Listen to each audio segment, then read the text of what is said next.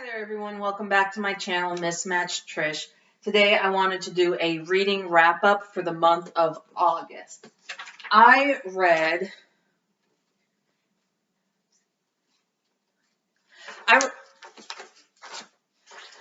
11 books this month. Actually I think it was 12 because I had one that I didn't include on my Goodreads, which I'll talk about briefly. So the first one I read was called Life of Pi by Jan Martel. This one was fairly popular a while ago. I had never read it before. I hadn't seen the movie either when it came out. This one I kind of had mixed feelings about. I can't say too much about it without revealing spoilers. So I'll just kind of keep it simple. The first part where we're introduced to the main character, whose name is Pi, which is a nickname. His first name is Pissing, which all of his friends make fun of him for. So he starts going by the nickname Pi. And when he introduces himself, he'll even say, like the Greek letter Pi. That's my name. So when they first introduced the character Pi, I liked him a lot.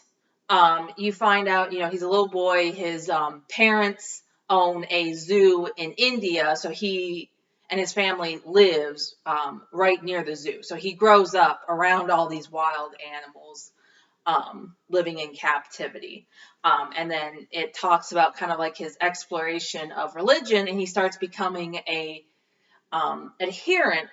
practicing adherent believer of 3 separate religions, which, he basically believes all of these equally, and everyone thinks he's crazy for this.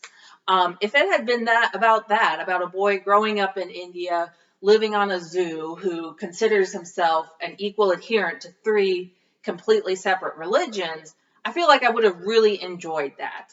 But then, what then happens kind of got a little bit crazy, and the whole rest of the book sort of stopped making sense to me once you read the ending. So I had a lot of mixed feelings about this. I'm really not sure how I would rate it.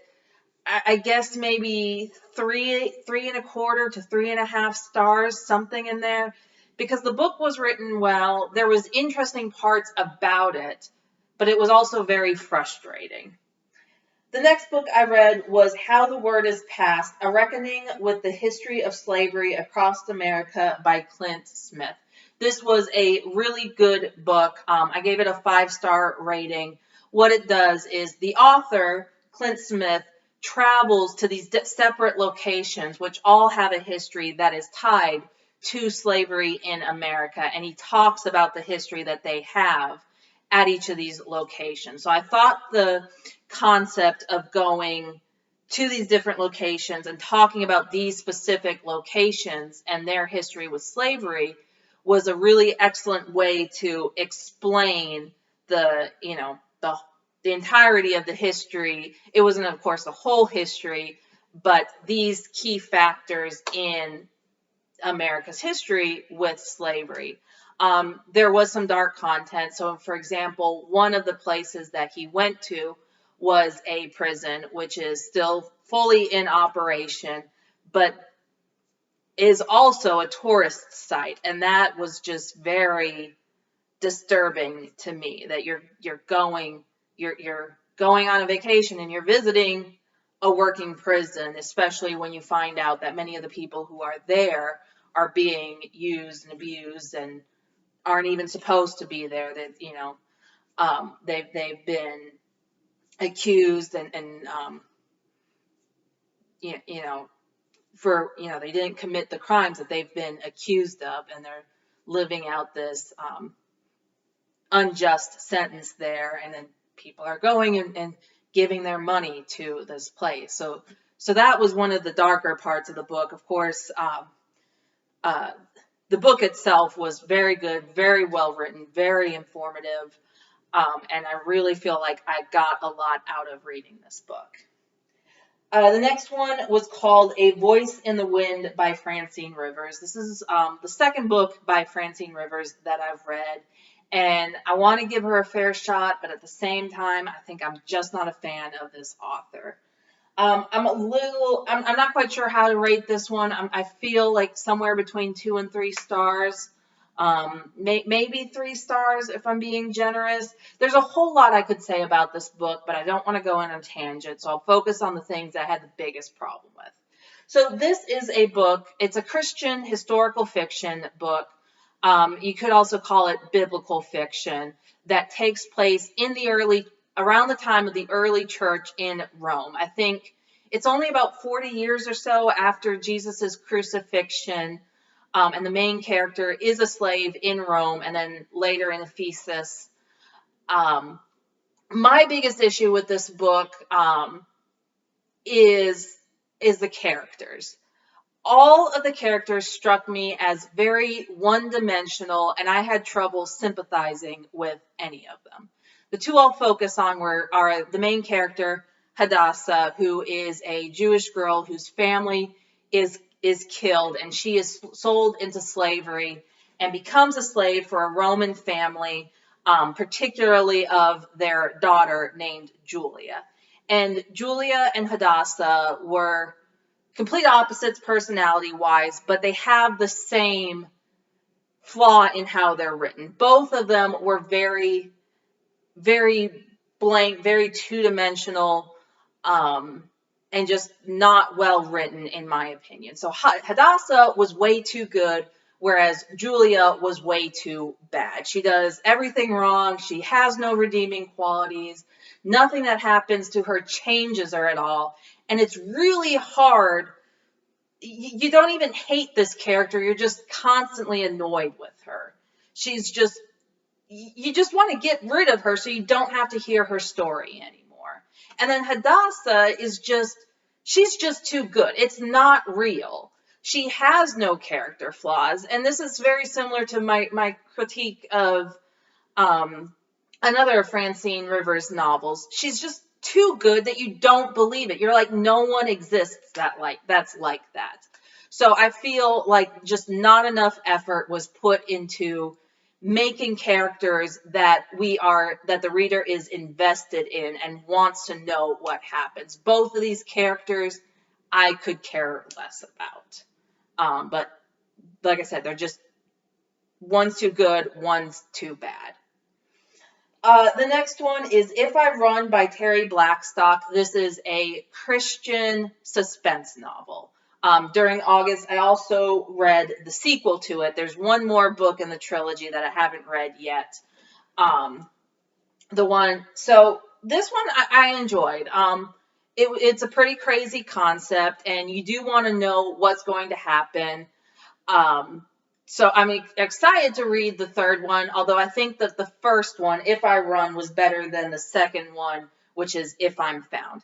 Basically, this woman is falsely accused of murdering her best friend, and another character is sent to find her. But he starts thinking that, you know what, maybe she's innocent. I need to dig deeper into this and find out what's really going on. My only problem with this book is that there's several points in which the main character, whose name is Casey, she's the one who was falsely accused of murder, makes bad decisions. She's running for her life, and she's worried that she might be caught, and if she is, because of corruption, she'll be convicted of murder that she didn't commit, and yet throughout all the time she's doing all these things to not be discovered, but then she goes and screws it all up. In both If I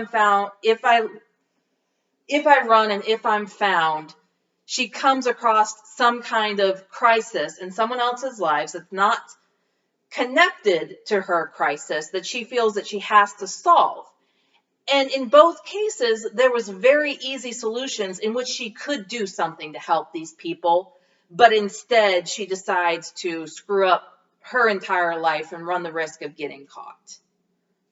So that was my only problem with that book. The rest of it I did enjoy. I did find suspenseful, and I want to read the third one. I want to find out what happens. The next one I read was Awake by Natasha Preston. This one I feel like was a 2-star.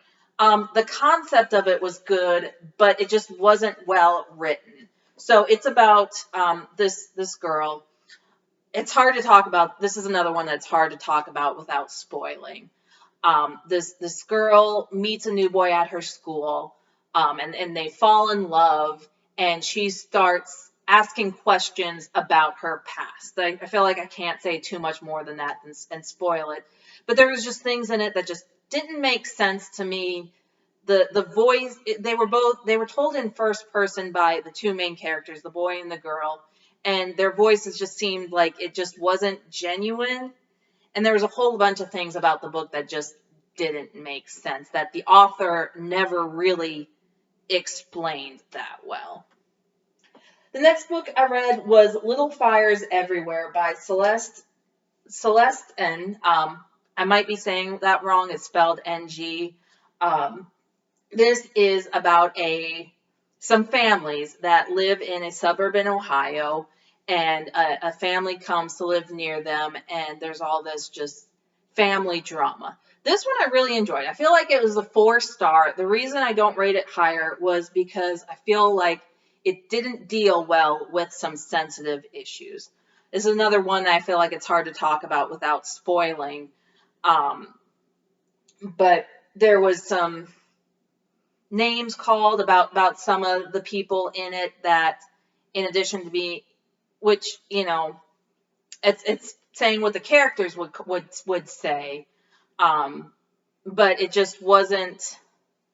It felt unnecessary, and it felt like the characters were being hypocritical, which made it hard to be on their side. I know that's kind of a hard way to explain it. It was a good story. I like where it went. The ending was kind of crazy and not as satisfying as it could have been. But other than that, I did like this book and rate it 4 stars. The next one was The Personal Librarian by Marie Benedict and Victoria Christopher Murray. This was a really good one. I rated this a 4-star. It is about a woman, I'm blanking on her name, but she was hired to be the personal librarian of J.P. Morgan. He was a collector of rare manuscripts, and he wanted someone to basically curate his collection. It's a fictionalized historical account. I don't know if you would call it historical fiction because it is about real people and real events, but we kind of have the authors had to they had to guess about what the character was thinking and about some of the finer details in their lives. But everything that happened in it was true and based on historical accounts. So the big thing with this book is that the woman who is a librarian for J.P. Morgan is she's African American. Both of her parents are Black, but she is very fair-skinned, and she passes as white. Throughout her entire life, nobody was aware that her family was African American and their ancestors had been slaves.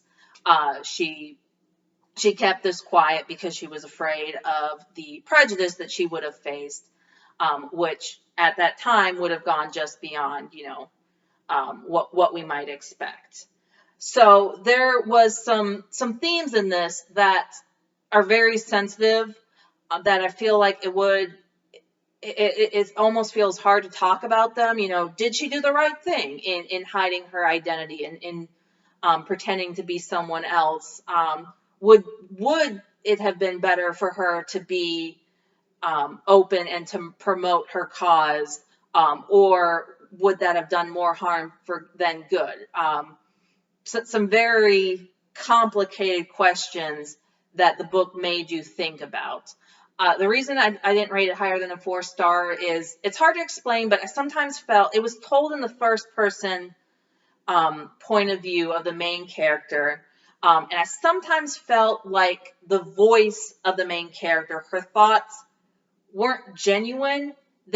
She sometimes thought and spoke in a way that I sort of felt like, do people really talk like this? It didn't always feel like that's how a person would talk. Like there were times when she was thinking things like, and I look over and I see such and such who's, and then like goes on to explain this person's life and their credentials and things like that to the readers. But it's like, if she was a real person, she wouldn't be thinking like that. So I sometimes wondered, would third person limited have been a better point of view? It was hard to put my finger on, but there was just times when her thoughts just didn't really seem like how people thought. But then again, it is a historical book, so people's thoughts would have been different than what my thoughts would be like today. So it could have been that as well, but there was just some times where it sort of like pulled me out of the story. The next book I read, and I actually have this one with me, is Later by Stephen King. This is a fairly recent one. It was written in either 2019 or 2020, 2020, I think. And it's about a boy. We see him going from a toddler to a young adult. He is able to see people right after they've died, and he can ask them any question, and they have to answer him honestly to the best of their knowledge. So there's a few plot points where that's an important thing. This was a really good novel. I enjoyed reading it a lot. It's definitely, I would categorize it as suspense more than horror, but I guess you could make an argument for horror as well. I guess the main thing with this book is, again, it kind of has to do with the voice of the character. The boy's name is Jamie, and it's told from his point of view. And there were times when I was reading the book where I forgot it was a modern boy who was thinking, where I'd think, oh, this is Stephen King, not, oh, this is the thoughts of a 10 or 11-year-old. It just didn't always feel like I was listening to the thoughts of a young boy who lives in modern times. There's a few things where I was like, no, that's what Stephen King would say. That's not what Jamie, the main character, would say. And it does have a pretty dark ending, but the main character and his family come out alive and do well for them. So as far as Stephen King goes, it's a fairly happy ending. There was a plot twist at the end that I felt like was unnecessary and kind of silly, to be honest. So I feel like that takes this, that and the voice of the boy makes this a 4-star rating. The next book I read, and this was a beast, was The Interpretation of Dreams by Sigmund Freud. This is Freud's work about what he thinks dreams communicate to us.